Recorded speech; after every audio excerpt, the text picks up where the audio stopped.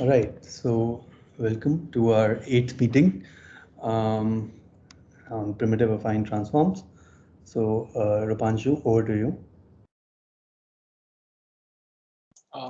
Good morning, everyone. My name is Rupanshu, and today I'll summarize modules 151 to 156 on primitive affine transformations. Uh, so to recap, we have looked at an affine transformation pipeline. So just to quickly go through this, we start with our program, and obviously not any type of program is amenable to our polyhedral analysis. So there are only a certain types of programs that we can handle. So first we make sure that our program is of that type. Then we converted it to a polyhedral representation. This means that you identify which statements you are targeting, three address code statements, and then you try to identify the matrices like B, C, and F so that you can set up your constraints. Then in the constraint generation phase, you typically have an objective function that you're trying to maximize. So for example, in space partitioning, we want to find a mapping function with maximum rank. But you also have other types of constraints. For example, if you are dealing with synchronization-free parallelism, then you require that iterations that have a data dependency map to the same processor. So in this phase, you generate these constraints.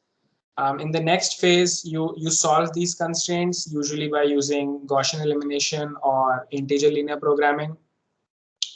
Once you have your solution, so if you're doing space partitioning, once you have your mapping function which maps iterations to processors, then you can do code generation. And if your code generation method is sound, then you expect that the result that you get from code generation, the program that you get, is equivalent to the program that you started with.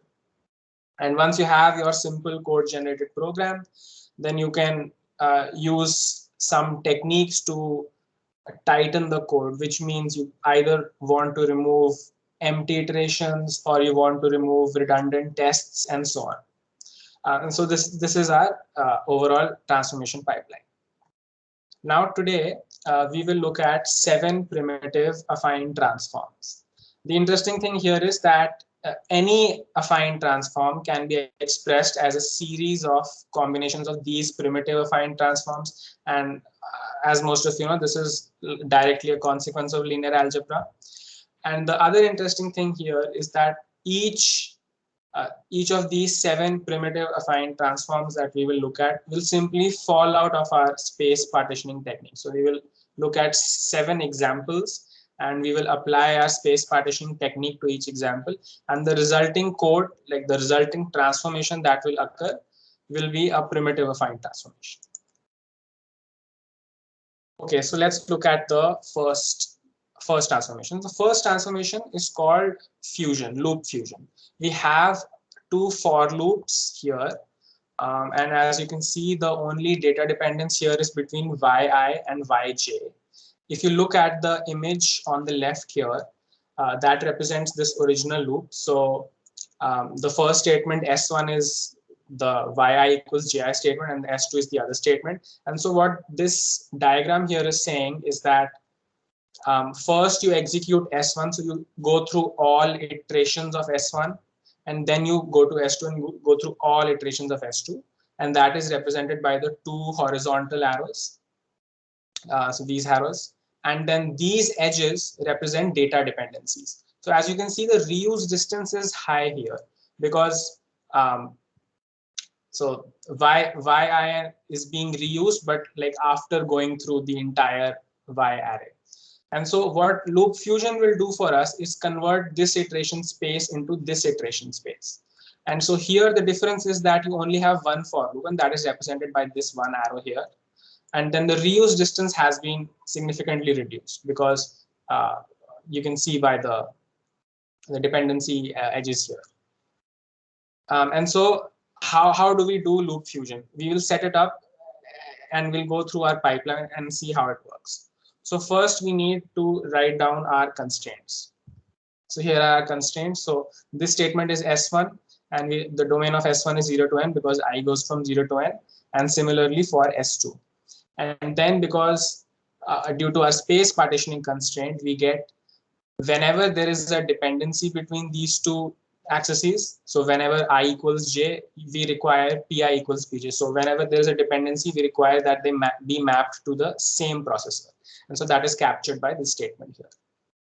And now these are our constraints, and we just push them through our constraint solving phase, and we get our maximum rank solution here. So we get two mapping functions. So for S1 we get p equals I, and for S2 we get p equals j. And notice that this satisfies this constraint here.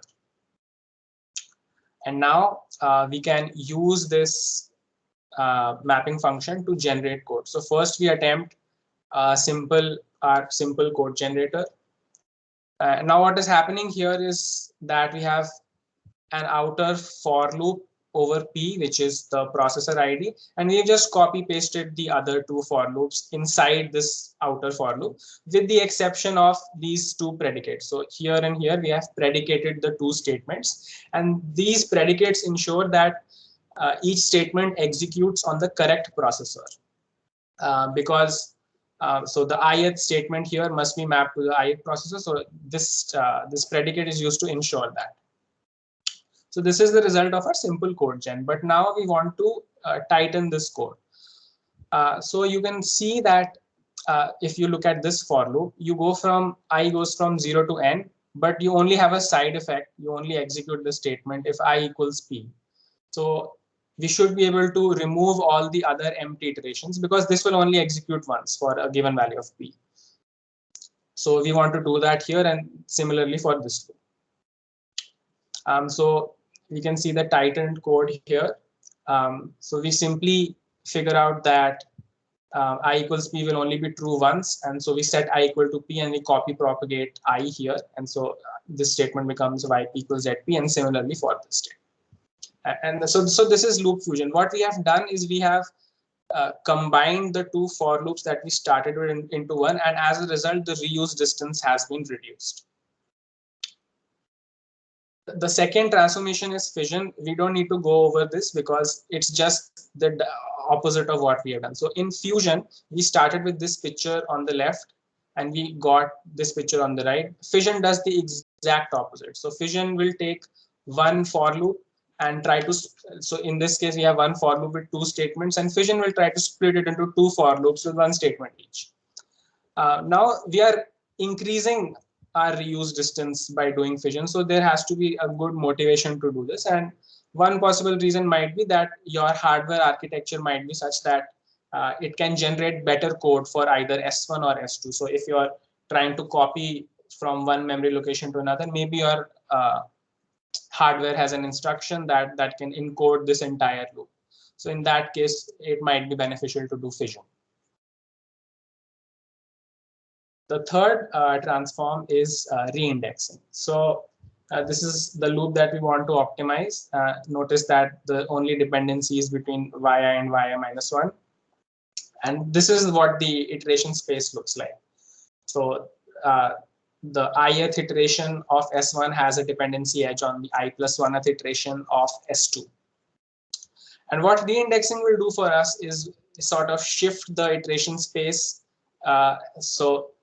So you have these two iterations that are left like isolated, but then the reuse distance here is 0. So you have reduced the reuse distance in going from left to right, but you have two separate iterations. So this is reindexing. Again, how we will do this is we will set up our constraints. Here are our constraints. So again, you write down the domain. So S1 goes from 0 to 1 and S2 goes from 0 to n.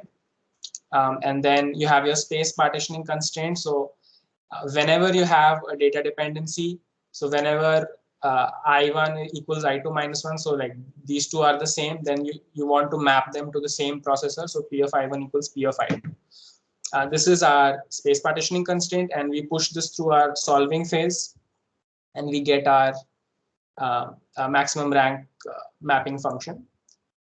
Notice that this indeed solves these constraints whenever I1 equals I2 minus 1, then these two will give the same output.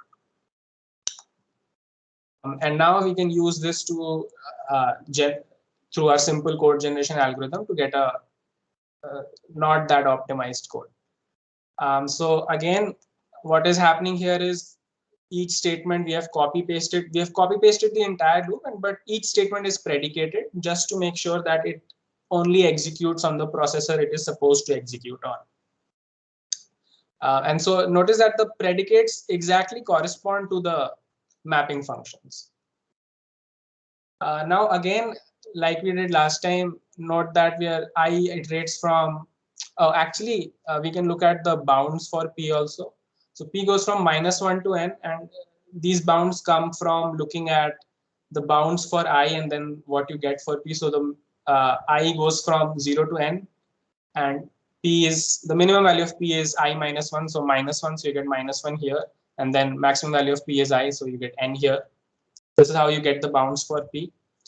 And now obviously we want to tighten this code. So I goes from 0 to n, but you only, so you have these two guards and you only have a side effect if at least one passes. So you should be able to remove all the empty iterations. And the way to do that is to notice that, so I goes from 0 to n, but you only execute your statement if I equals P or I equals P plus 1. So I is, let's look here.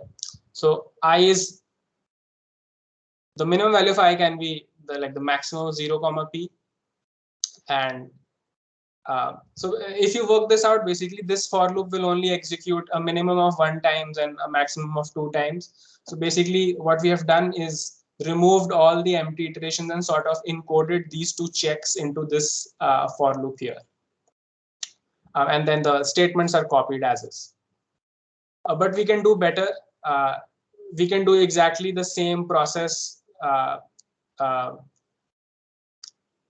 So not the same process, but like now we want to make partitions over P. So like we saw in the diagram there, so we want to specialize this code for values of P. So we can remove this check basically. And so the way we do that is we partition P into 3 partitions. So P minus 1, 0 to n minus 1, and for n. And we get 3 different code segments, 1 for each partition. And how this works is, for example, let's say you want to derive this piece of code. This corresponds to this partition from -1 to -1. So to derive this piece of code, you substitute P equals -1 in this loop here, and you see what statements can execute. And so if you do that, you'll see that the only statement that can execute is this one, and you know what values P will have basically. And then you get n greater than equal to 0, because if not, then this statement will not execute.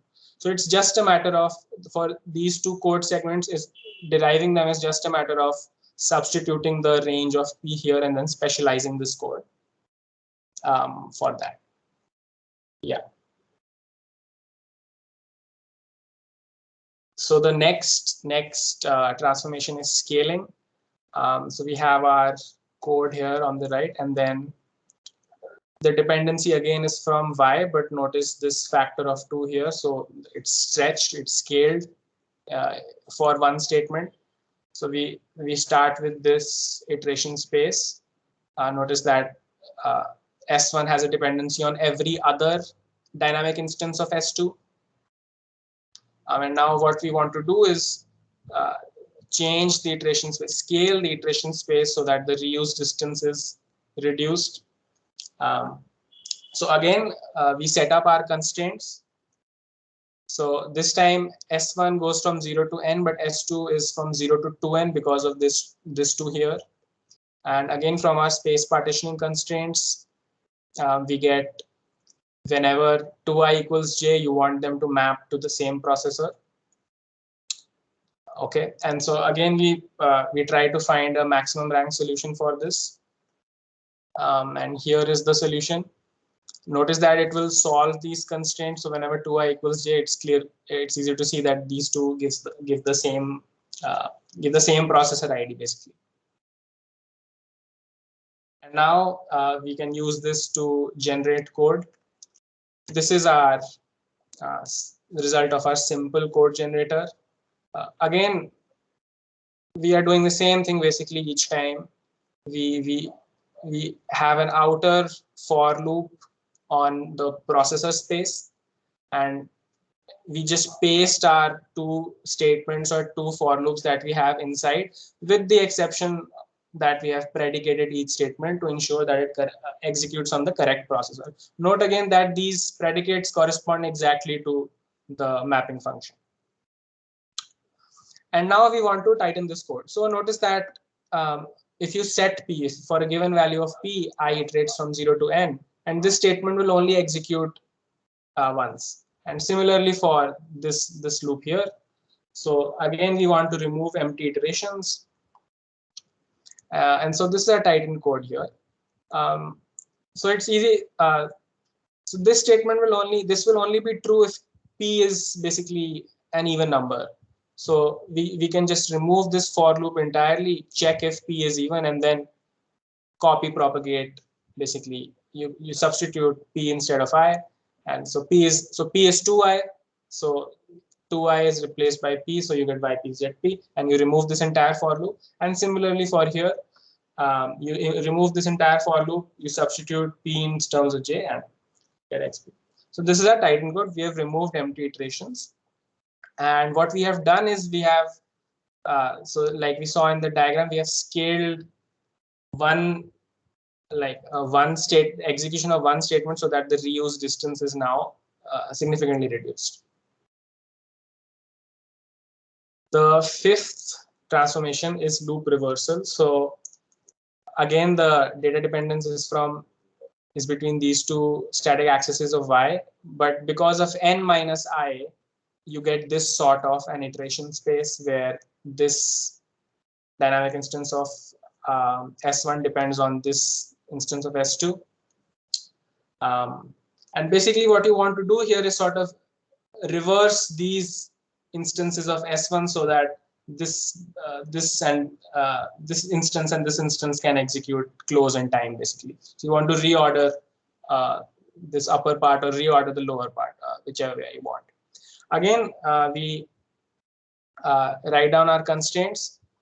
So this is pretty similar whenever n minus I equals j. So whenever you have a data dependency, you want them to map to the same processor, pi equals pj. And we try to find our maximum rank solution. And so this is it. And this satisfies these constraints here. And so this is our simple code gen. Let's look at the bounds for p. So p from 0 to n, right? So I goes from 0 to n, and so j also goes from 0 to n. So from either one, you can see that the minimum value of p is 0. And then the maximum is also from either one, you can infer that the maximum value of p is n. So p goes from 0 to n. And then we have just pasted the two for loops here and predicated the statements. And the predicates, as usual, correspond to the mapping function. Now, again, we want to tighten this code. We want to remove empty iterations because for a given value of p, I goes from 0 to n, and this will only execute once. When will it execute? When I equals n minus p. And similarly for this code here. So you want to remove empty iterations. And what we do is simply remove this for loop, and we substitute in place of I n minus p. So this becomes n minus p, so y of p, and zi becomes zn minus p. And similarly here, we just substitute p instead of j, and then we can remove this entire for loop. And this is our tightened code. Yeah. Okay, so our second to last affine transformation is permutation. So now we have a nested for loop to start with, and then only one statement. And the so in this diagram here, execution proceeds like this. So first you go through all these statements, then you go through all these statements. But notice that the dependency are not aligned with that. So you're executing this way and then this way, but the dependency edges are like that. So the reuse distance is high. And what we want to be able to do is align them with the execution order. So now in this, after the transformation, we will get this iteration space. So we'll executing this way and the dependency edges are also that way. So this has less reduced reuse distance. Again, so we set up our constraints. So now S1 is a Cartesian product of 0, n, which is from this loop, and then 0, n, which is from this loop. And again, we have our space partitioning constraint, so that whenever you have a data dependency, note that we're only considering data dependency between these two axes. We're not considering self dependencies, because it's easy to see that self dependencies don't exist. This will never, so this static axis will never interfere with another instance of this static axis, basically. So we only have one data dependency to worry about. And so this is our space partitioning constraint. And now we get our maximum rank solution. And so this corresponds, P equals J corresponds to saying that, so this is this axis is J, right? This horizontal axis is J. And when you say P equals J, that means this entire chain of execution instances gets mapped to the same processor, because this entire chain has the same J coordinate. And so this function is saying that map this entire chain to the same processor, and then map this entire chain to the next processor, but same processor. And so this is equivalent to what we have here. So let's look at how that works. So we do a simple code gen, and then we only have one statement here. So we copy it here. We predicate it. Note that we have our outer for loop on processor ID. And so this step is basically the same. We have just, if you want to look at it like that, we have copied this entire for loop here, added a predicate and an outer for loop over P. And the predicate corresponds to the mapping function. But now we want to tighten this code. So note that, if you look at this loop here, J goes from 0 to M, but you only have a side effect if J equals P. So only for one value of J. So you can remove that for loop. And so once you remove that, you basically substitute P in place of J. So this becomes ZIP and ZI minus 1P. Note that what we have done here is when we started, I was the outer loop. And after the transformation, I has become the inner loop. The benefit is that the dependence is on I, right?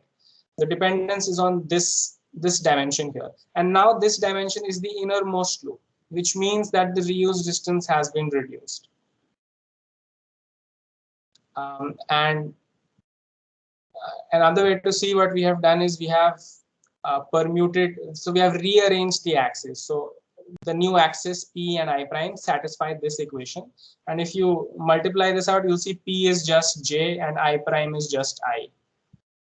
So you have rearranged your iteration axis of the iteration space. And so this matrix is called a permutation matrix.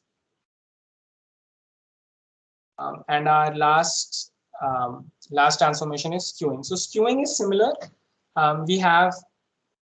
We start with diagonal data dependencies, right? And so you can see here it's similar to the last case, except now we have a dependency on J as well.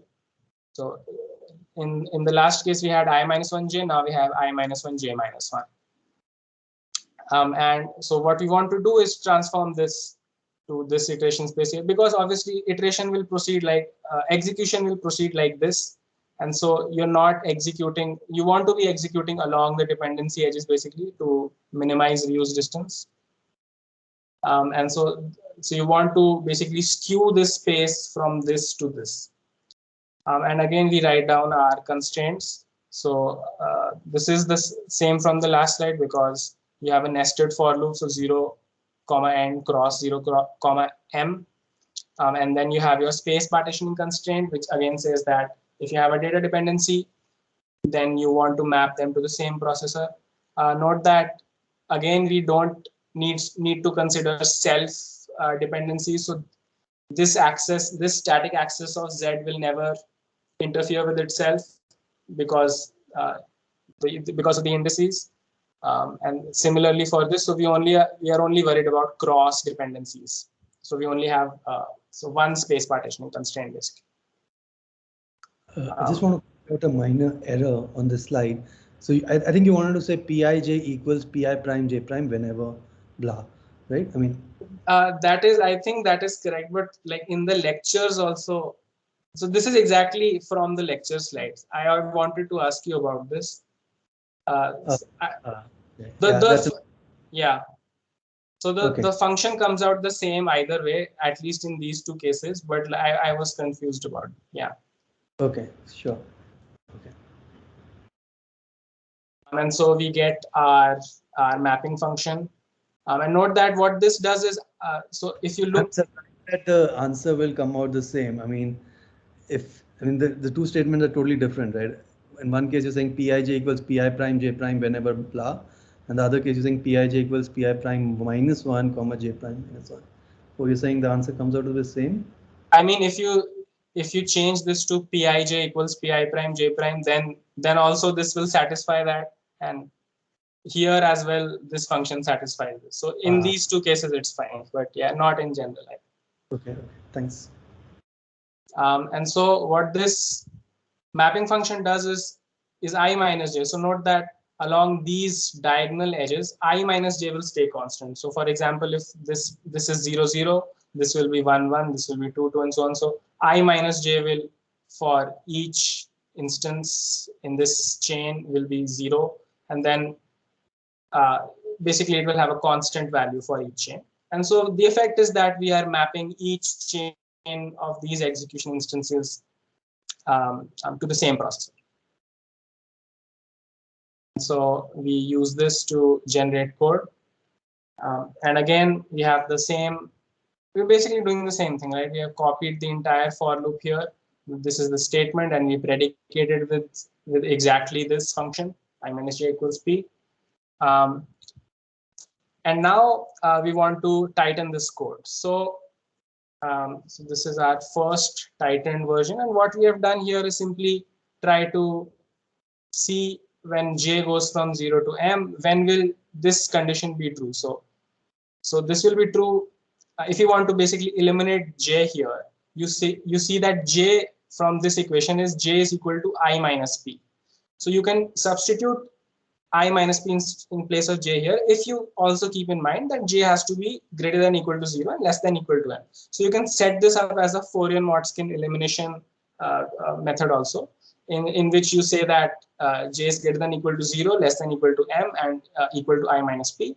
And so you basically get these constraints. And once you have this guard here, you can substitute I minus p in place of j. But then you can do exactly the same process for this guard and this for loop of I. And so we do that here. And this is a little complicated, but what is happening is I minus p is greater than equal to 0. So I is greater than equal to p, and I is less than equal to p plus m. So I begins from the maximum 0 comma p and goes up to here. And so what is happening is, let's consider two extreme values of p. Let's say p starts at minus m. So if p is minus m, then I will go from 0, which is maximum of 0 comma minus m, so 0, to minimum of n comma minus m plus m, so minimum of n comma 0, which is 0. So when p is at its minimum value, this for loop will only have one iteration, which is for I equals 0. Okay, and so if we put now p to its maximum value, which is n, then you can work this out again, and you will see you will only get one iteration again. So at the extremes, this loop executes only once. But if you put p to be a middle value, then this potentially has a lot of iterations. So it's a tapered iteration space basically. And that is simply a result of how long your diagonals will be. Because you had a skewed iteration space to start with, so that like the length of your diagonals will increase as you go towards the middle of your space. And lastly, our This is the relationship between the new axes. So the new axes are P and I prime, and they are related in this way with INJ, the old iteration axes. Note that this is not a permutation matrix, because a permutation matrix is necessarily only a rearrangement of the axis, but so we call this a skewing matrix. And so this basically skews our space that we saw in the beginning, so that the diagonals are now straightened out, basically. And just a note about geometric interpretation. So we have seen a bunch of parallelism methods of parallelization and how they look geometrically. And note that the dependence edges in all the diagrams that we've seen today, you cannot have a dependence edge of that has an angle of 180 degrees or more, simply because you are going in increasing lexicographic order. And so an edge with like an edge of 180 degrees will go against that ordering, basically. So all the edges that you can ever have in our model the angle will be in this interval. And so the overall idea here of space partitioning is that you try to ensure that the outermost loop can be executed in parallel. So what space partitioning does for you is it ensures that all the data dependencies are contained within the inner loops. It ensures that there is no data dependence edge that crosses from one iteration of the outer loop to another iteration of the outer loop. The result is that you can execute iterations of the outer loop in parallel. If you have a 2D iteration space and you have a rank 1 solution, then for example, you can only get horizontal data edges, data dependency edges. Yeah, thank you for listening. Okay, great. Thanks, Rupanshu. That was a very nice presentation. I thought you explained some of the things better than I did, so that's wonderful.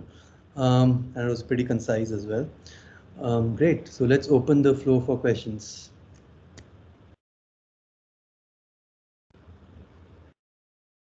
Yeah, Setu.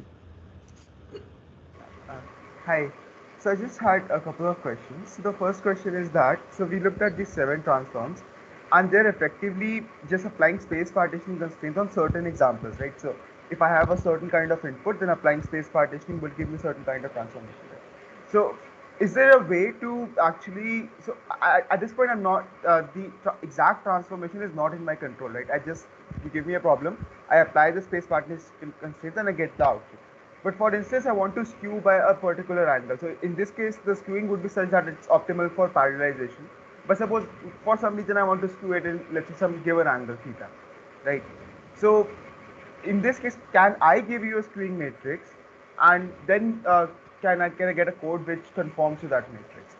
What we have seen is the skewing matrix pops out of its own, right, to optimize the parallelization. But can the opposite be true? Like I give you a matrix and then maybe you tell me that it's not possible, or if it's possible, then you give me the code which gets me that matrix. All right. Okay, so yes, I can take that question. I'm wondering if somebody else wants to chime in and try to kind of comment on this question. I mean, maybe give an answer to this question, give your thoughts on it.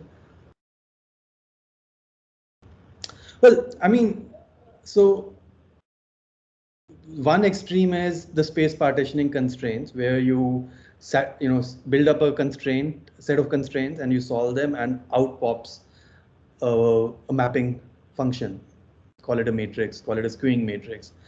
The other extreme is that you already know that it's okay to do this, and you basically give the algorithm a matrix, a skewing matrix, or some kind of mapping function, and then it does it. And that's exactly what when we were discussing the Fourier-Motzkin method, that's exactly what we were doing. We were just basically just giving the algorithm, that was an input, that what should be my new axes, right? I mean, that's basically it. And at that time, everybody was asking, but how do I know what the new axis should be? Because that seems really difficult in the presence of dependency. Then the kind of easy answer we gave at that time was, let's assume that everything is data parallel. So it's basically embarrassingly parallel, and then anything is okay. So I gave them.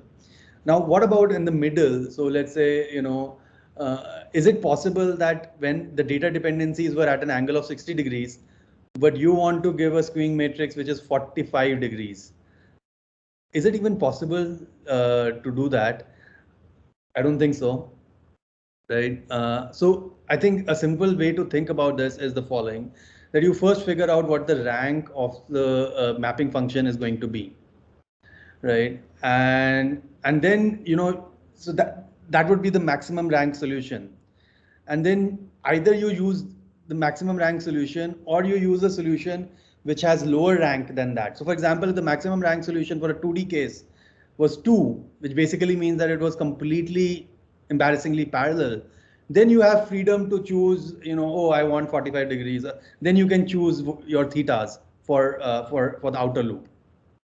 Right. But if the rank is already 1, and it is giving you the angle that solution is giving you an angle, let's say it was 60 degrees, then you don't have the freedom to say that, oh, I want to choose theta equals 45. That's not going to work out. So yes, I mean, I guess, what you're saying is, let's give it to the space partitioning, let's give the problem to the space partitioning constraints. Out pops a solution. The solution has some rank n. Either you go with that solution rank n, or if you want to be fancier and somehow you have some other constraint, you can choose a solution which has rank lower than n, but never equal to n or higher than n. But you can definitely choose a solution which has lower n, and then you can choose whatever theta you like. And in that case, you can actually choose whatever theta you like, as long as it's lower rank than the n, and it satisfies the so within the so I took the example of 2-dimensional and said, okay, it's either full rank. But if you take a three-dimensional iteration space, and let's say the solution that popped out was a rank 2 solution, what that means is that there are going to be n square parallel stuff that can happen. So let's assume that all the xy plane is parallel, and all the dependencies are on the z plane, let's say. On the z-axis, sorry, not a plane, but axis. Then in that case, well, you have to preserve the z-axis thing, but within the xy plane, you can choose, oh, I want to iterate in 45 degrees on the xy plane, and that's your freedom, right? So yeah, you can do that. So yes. Okay. Thank you. Yeah, and one more question. So when you're talking about loop fission, so actually we said that okay, loop fission is kind of a trivial operation because it's opposite to loop fusion. But my question is that, so in a lot of the transforms which we saw, the final tightened loop was very different from the initial separate loops. So how do you think like we can do this loop fission, right? Because to me, I don't even see what the output should look like. For space partitioning, we have a very distinct output. Like the outermost loop is completely parallel. There's no dependencies between the outermost iterations. But what does a loop fission even look like? How would I even like make up a problem, and how would I say that this is the output what I want? How would I even define that output? Right. So yeah, that's a good question. So first of all, I want to point out that loop fission is the only outlier in the 7 transforms that we discussed, because loop fission does not pop out of space partitioning constraints. You have to do something special to figure out that you want to do loop fission. Everything else just pops out from the space partitioning constraints, and that's, by the way, great, because all these transformations, just a single technique, and you get all those transformations for free. So that's wonderful. Loop fission is an exception. Also, loop fission happens. So the question, I guess, is then how do I decide that I want to do loop fission? It's going to be profitable to do loop fission. What kind of methods can I use there to determine these things? And of course, this is your classic phase ordering problem, and it just shows up again here as well. Whether loop fission is going to be good or not, you need to use some heuristics, because to basically kind of predict that whether loop fission is going to help or not. Typically, you would use loop fission for you can basically figure out that okay, things can be split into different loops. In fact, one of the techniques that we discussed in the next set of lectures, which is 156 to 160 or something, is basically how do you one of the techniques basically gives you loop vision as a fallout of those techniques. We are not going to discuss those techniques. I decided to not discuss those lectures in this course because we want to also cover other topics, but you're welcome to look through those lectures. That's called parallelism with constant amount of synchronization. So based on, so there are in that set of discussions, we basically talk about how to reason about the fact that it's okay to split the thing into multiple different loops. There's a condition that goes with it, which is a mathematical condition. But if I just take a very specific condition, let's say it was completely embarrassingly parallel and there were no dependencies, then of course it is very easy to do loop vision. But the lectures that I'm talking about are going to talk about stronger conditions or more general conditions under which you can do loop vision. Once you figured out that you can do loop vision, the next question is it profitable to do loop vision? And there, I would say, the example that I've been using is that there is some architecture level instruction that can kind of execute the whole loop or at least, large chunks of the loop in a faster way. For example, vectorization or something like that. Memset being a very common example, right? So, or for example, the x86 architecture has these instructions which resemble memset. They resemble memcopy. They resemble memchar. Memchar is basically find the first element in a sequence of elements. So find the first element that matches this character in a sequence of elements. Similarly, in the reverse direction, memrchar and things like that. So these are very highly specialized transformations typically that are very tightly coupled with the underlying architecture.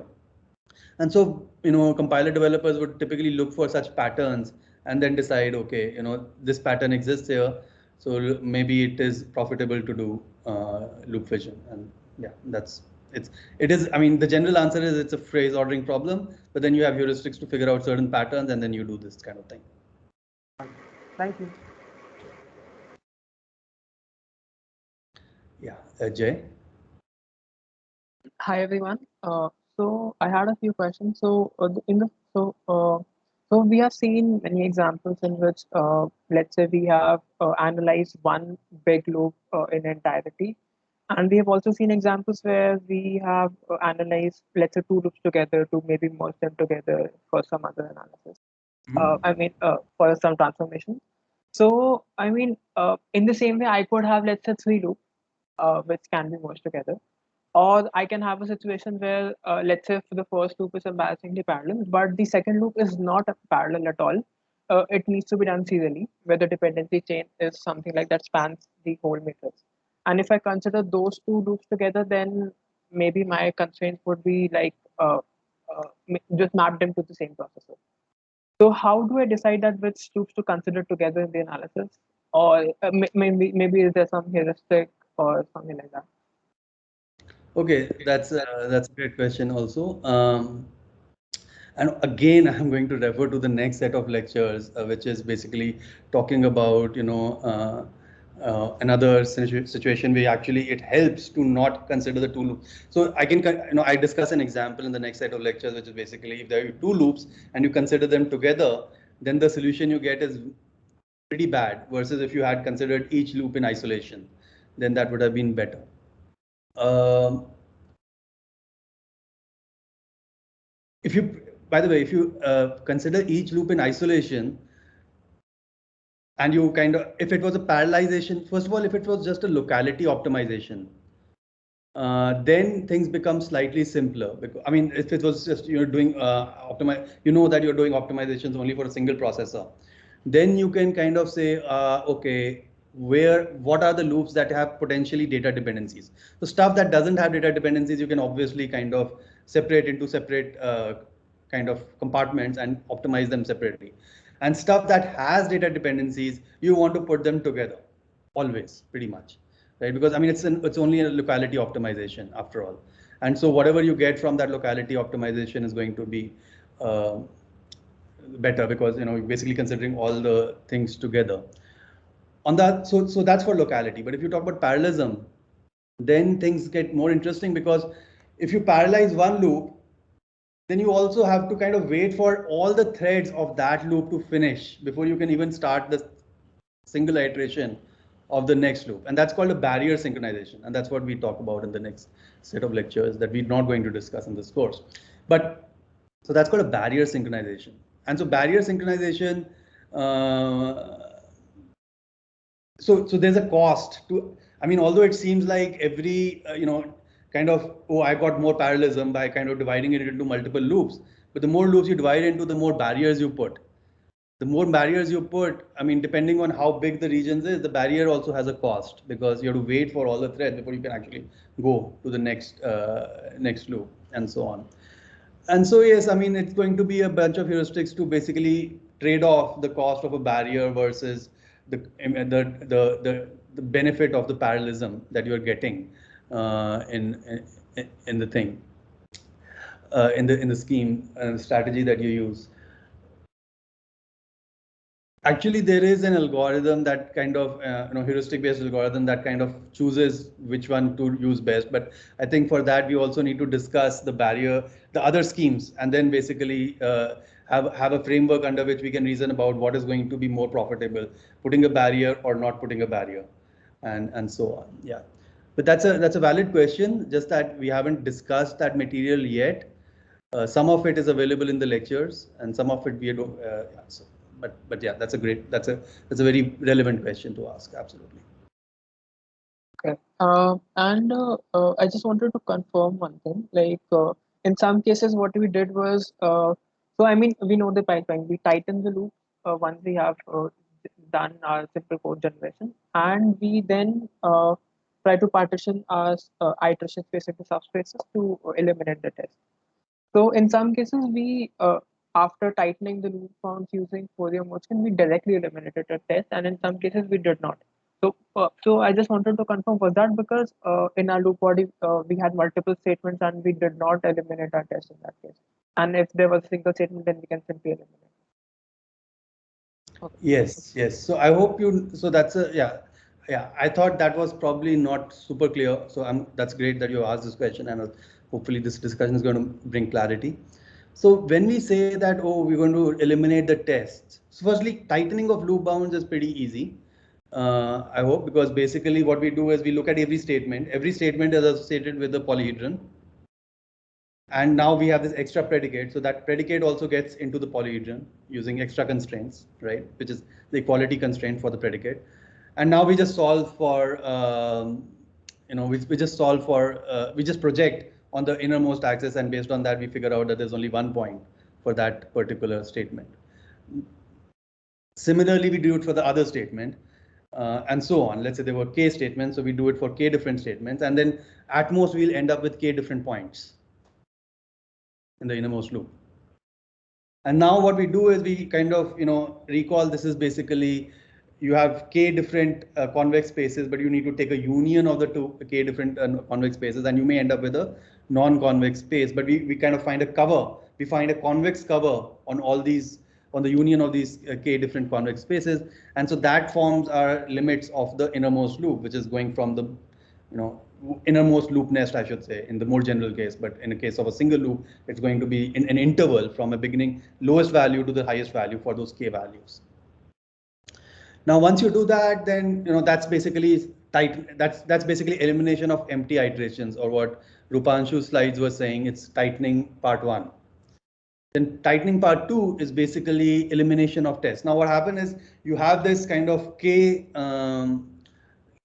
iteration loop, in which sometimes only one will execute, sometimes only two will execute, and so on.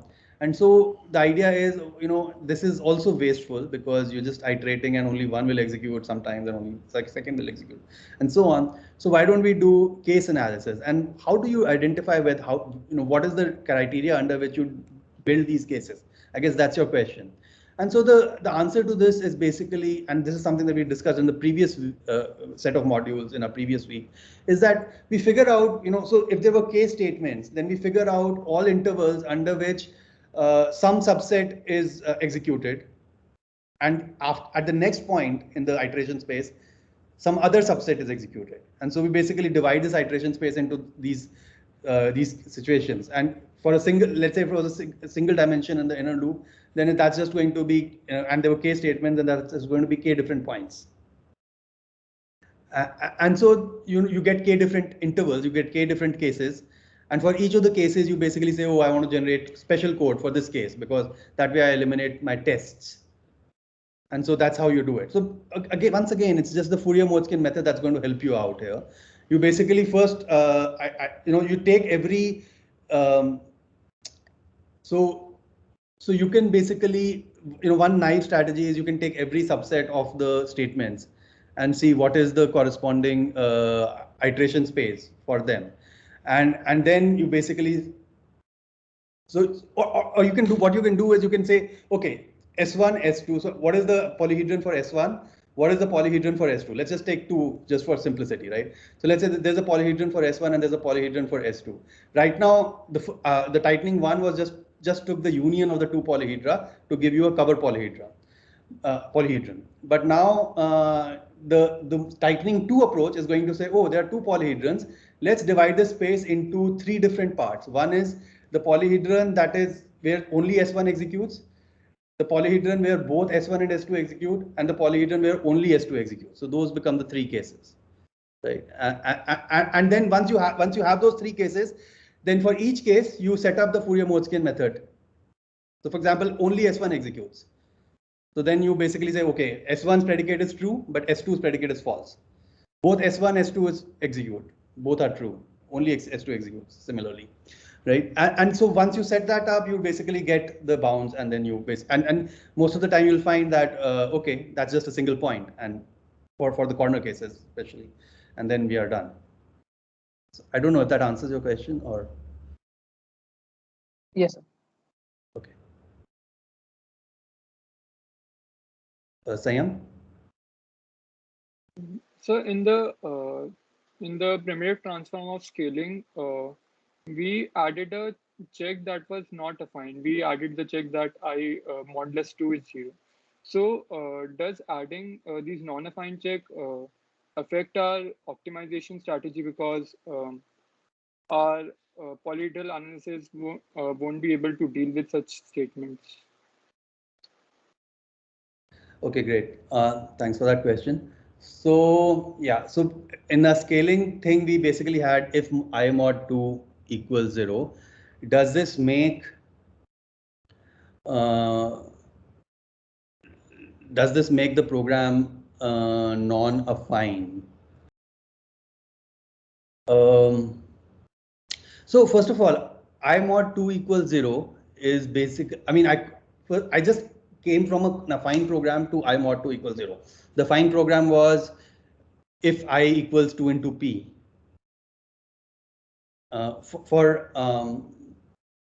So I guess I'm saying that the condition I mod 2 equals 0 can be represented as an affine constraint as well. Because basically if you, so Rupanshu, can you pull out that slide on scaling? Yeah.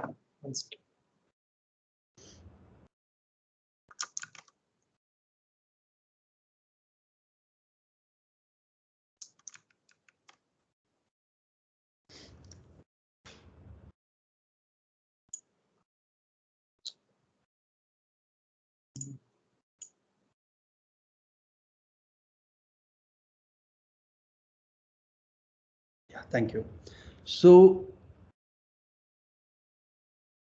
basically the constraint we have is if 2 into I equals P, then do this for I equals 0 to N. So now here, all right, so first of all, I mean, this loop is completely affine, right? And so I can represent it as an affine space as well. Just that we kind of changed the syntax and kind of started using mod 2 there. Yeah, so let's look at this slide. So if mod 2, so the thing is that if P was odd, then this would be an empty iteration. This whole thing would be an empty iteration.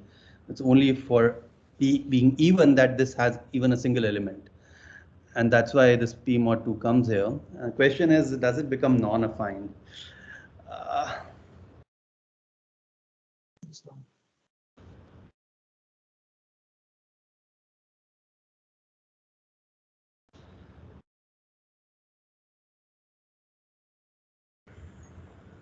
I think we cannot represent it because I mean I came across a rather simple example, which let's say it was a one loop nested, and the dependency chains were like that all the odd locations were dependent on all the even locations were dependent. Something like xi equals xi minus 2.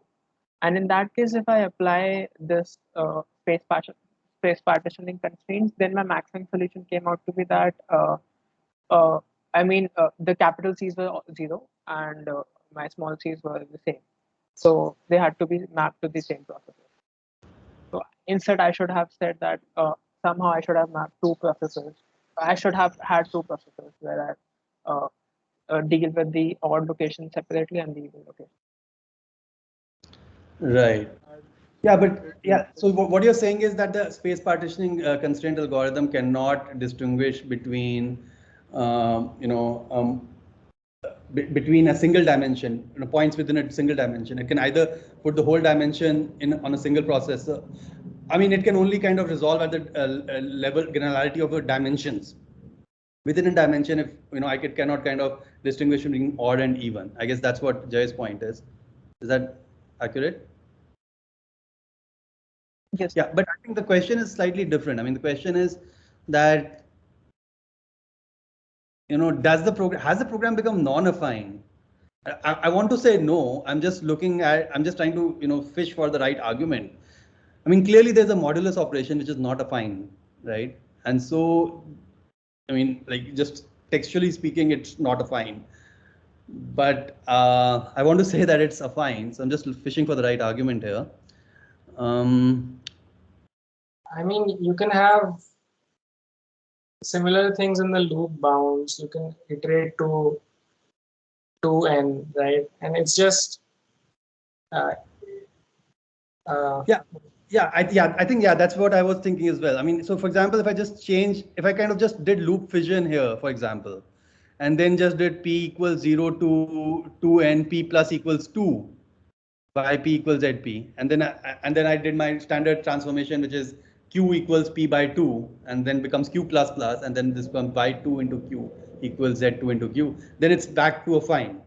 But now when I merge them, then this modulus operation is kind of helping us out. So So yeah, I had a follow-up question on that. Like we could do that, that we could divide this for loop into, for example, if we have mod k, then we could divide it into k separate for loops that can be executed in parallel, so as a different tasks. And each of them is parallel, can be executed in parallel. So is there a strategy or a method to do so that we can execute k tasks in parallel? That would so in this constraint let's not worry about k, but in this case, are you saying that we can kind of convert this into? So let's first answer your first question, right? Yeah. Are we done with that first question? I'm saying that this is still affine, even though I'm saying p mod 2 equals 0. It's basically still affine because when I look at the iteration space of S1, so they're S1 and S2.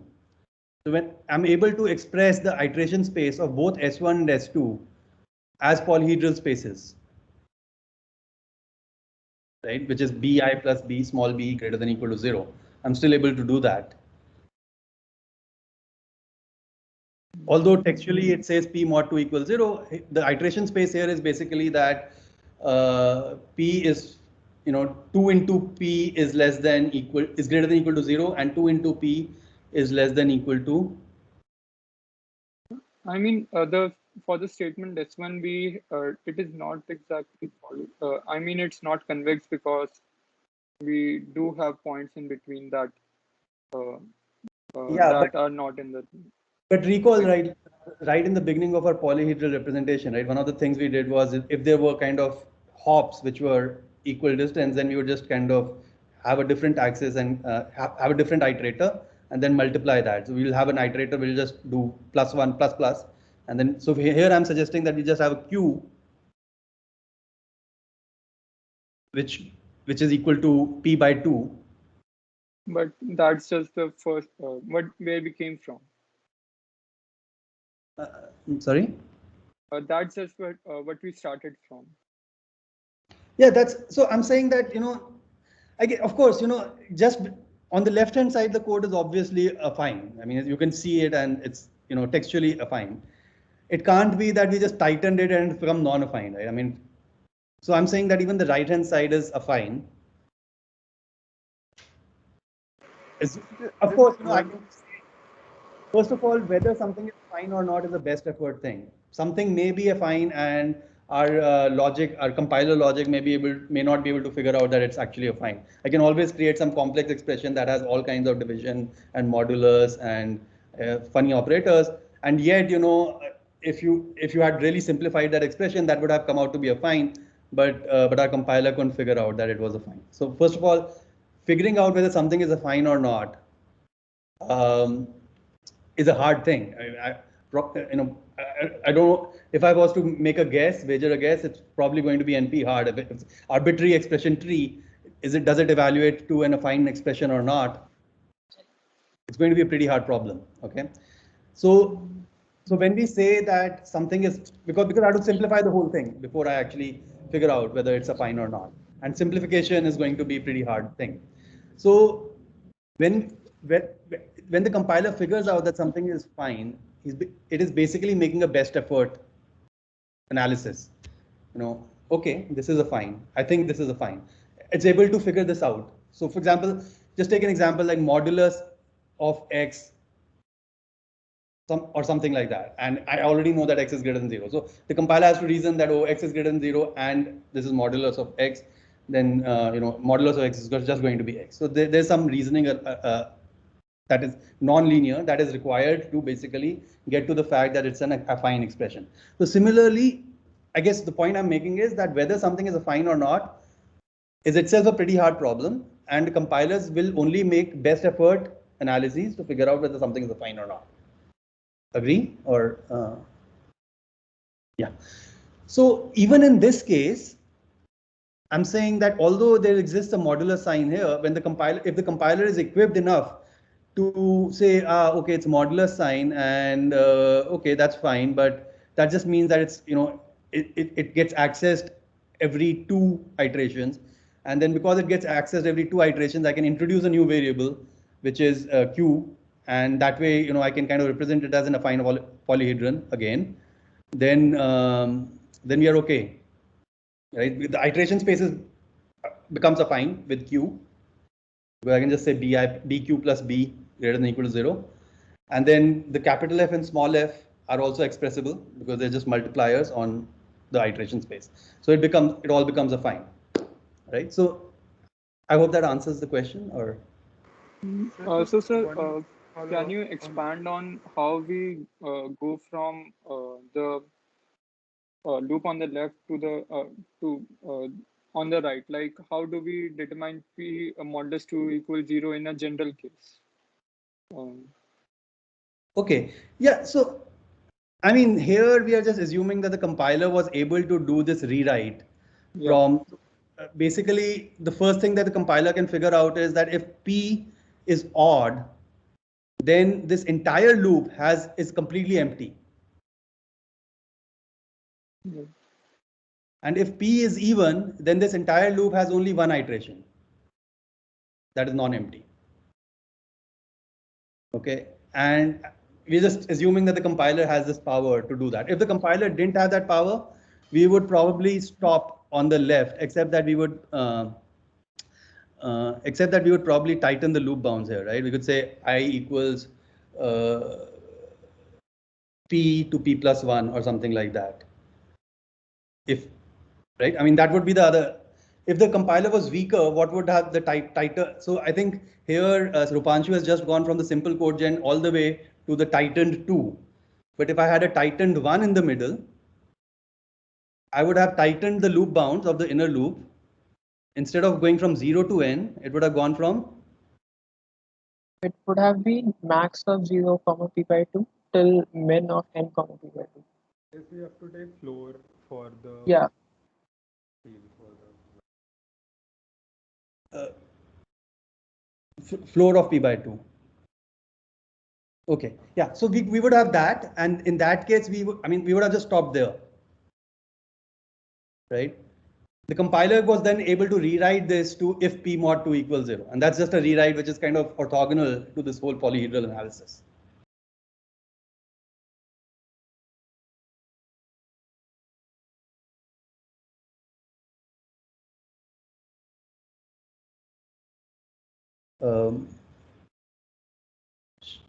Agree or I'm just saying that this rewrite is just kind of orthogonal to the polyhedral analysis, which just basically the compiler has some pattern matching rule. It says if you go from if the inner loop is from max of 0 comma p by 2 to min of n comma p by 2. Actually, max of 0 comma p by 2 is just going to be what? It's just going to be p by 2, right? Because p is anyway going from 0 to 2n. And similarly, min of n comma p by 2 is just going to be p by 2. So that's just going to be p by 2 if for I equals p by 2 to I is less than equal to p by 2 if 2 into I equals p. I think we'll have to do that from I equals floor p by 2 to I equals I less than equal to c p by 2, right? Because I is an integer. Yeah, that's right. So yeah, from floor p by 2 to ceiling of p by 2. And exactly. So from floor of p by 2 to ceiling of p by 2, and then we'll keep the predicate as it is. If 2 into I equals p, then do this. And now you go from Wouldn't there. it be ceiling to floor instead? I mean, it'll always be from floor to ceiling, right? Because lower to higher. I mean, so what I was trying to think is like in case of let's say p was even, then the floor and ceiling are the same. So we have one iteration, and in case of p being odd, I mean in that case my iteration would be trivially empty. I mean, but it was not clear to me. Okay, I think let's work this example out. Let me do this separately, from this online discussion. Yeah, I think this is a minor point, but it's also a subtle one, and it'll be interesting to solve this in a kind of principled way rather than just hand waving here. Okay, yeah. So yeah, let's discuss this later. All right, but overall, I mean, going from here to there is just kind of pattern matching. But I guess let's figure out what the intermediate step is, which actually is not shown here. I guess it may not have been shown in the original lecture modules either, and that's why it's not here. So, okay. Did you have another question, Sayam? Yeah, that was about dividing a for loop into different tasks that can be executed in parallel. So can we have a situation where we have multiple for loops that can be executed in parallel? Or can we somehow represent this in our framework? What do you mean by, oh, you mean thread level parallelism? So here we are talking about loop level parallelism, where we are executing every iteration in parallel. We're trying to identify parallelism between different iterations of loop or loops. I guess you're talking about thread level parallelism, where one for loop is kind of in a separate thread, and the second for loop is in a it was basically a follow-up of this, because we could divide the modulus thing into two parts, then we could have two for loops, one which had only which had both S1 and S2, and one which had only S2, and they could be executed in parallel.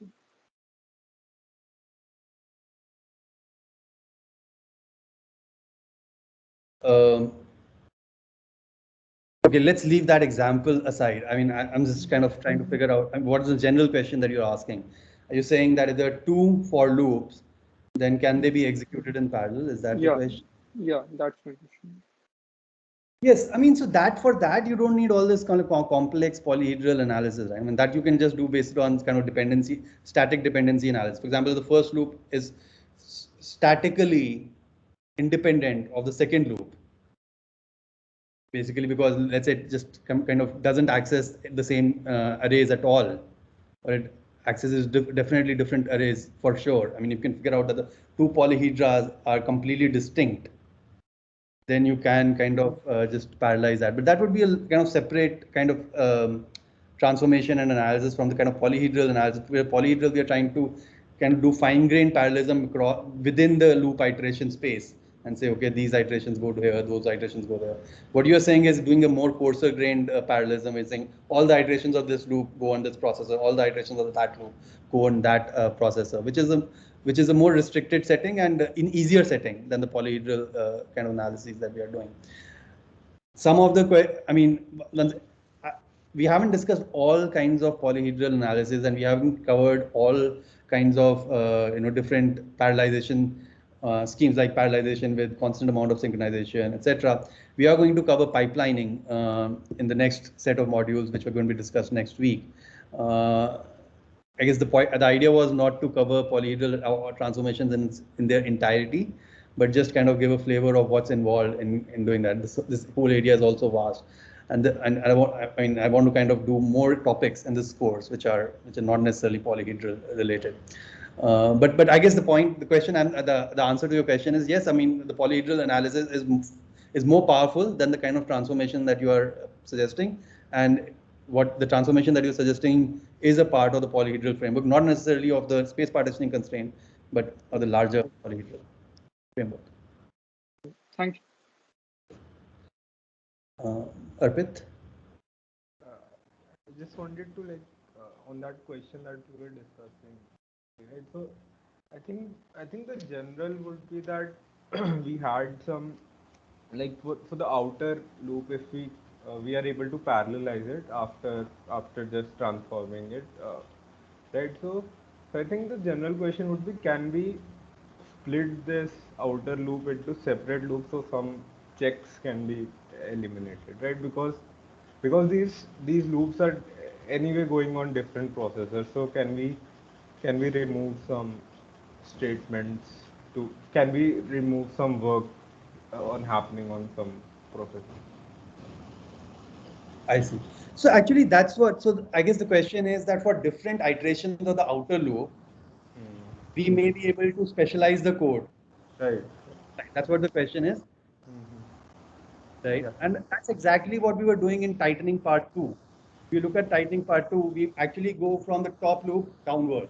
So we look at the top level loop and we say, okay, top level loop, how should I partition the top level iteration space, which is P? How do I partition that such that, in this partition, there exists some values of the inner loop, let's say I, for which both iterations, only S1 executes. For this partition, there exists some, some iteration where both S1 and S2 exist, and so on. So, I mean, that's exactly what we were doing when we were talking about tightening part 2. Right. And also one more thing that, when we were doing this splitting, we were just splitting into different convex regions at different intervals. So when this thing is there that for one statement, for this modulo 2 thing, this intervals would be just of size 1. So how would our compiler be able to reason about that? You should combine these, and I guess we discussed that, right? That we could. Sorry, can you repeat the question? So my question was that, so in that particular example, I'm just going back to it. So it was that if P modulo 2 is 0, then that statement would execute. So if we would split this, so at P equal to 0, S1 and S2 both will execute. At P equal to 1, only S2 will execute. At P equal to 2. So if we just split into different convex parts, these intervals would be just of size 1. Yeah, but I mean, see, that P modulus 2 is the final result. Before that, we had a for loop, which was all affine. And it was a two-dimensional space. Then we'll still get that thing only, right? That for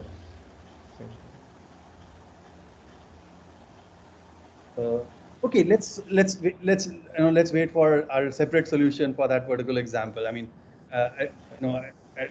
yeah, I think there should be a way to basically just represent everything as an affine thing, and yet get that answer, because it's just a final step. Yeah, let's discuss that separately from this. Setu? So actually, I also wanted to talk about that example only. I think I might know why we are facing this issue. So if you look at the original code, right, and when we tightened that to reach the I modulo 2 thing, that I modulo 2 did not come as a result of any affine transformation. It was just pattern matching. Now pattern matching itself is not affine. And to actually drive home this example, so let's take off. Let's think where actually it becomes, where it goes from affine to non-affine. So let's assume that there is some random loop which has some affine iteration space. So let's example a rectangle, right? Now let's split that rectangle right in between, and now we have two islands, right? Now these two islands, do I call them as I said? Do I call this iteration space affine? I don't, right? Because it's no longer convex. I have a hole in between, right? I take a rectangle, I split up it in between, and now I have two islands. This is not a convex space anymore, right?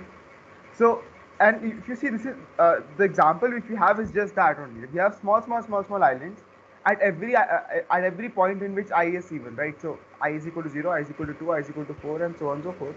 And for the odd places, I don't have anything, right? So we have small holes, and this is no longer a convex thing, right? So I think that's where it became unaffine. As soon as we did that pattern matching thing, I added holes in my iteration space, and that removed the convexity of it. I mean, I'm not sure I was able to explain it well, but I think that's where we went wrong, and that's why we are like struggling to understand this, because that step was not affine actually. Okay, all right. Okay, I think we'll basically. I'm not sure I totally got that, but I don't know if others did. But okay, I mean, yeah. Thanks for trying to explain that. Yeah, let's do a more detailed exposition of this later on. Yeah, sure. Okay. Any other thoughts? Okay, let me just stop recording at this point.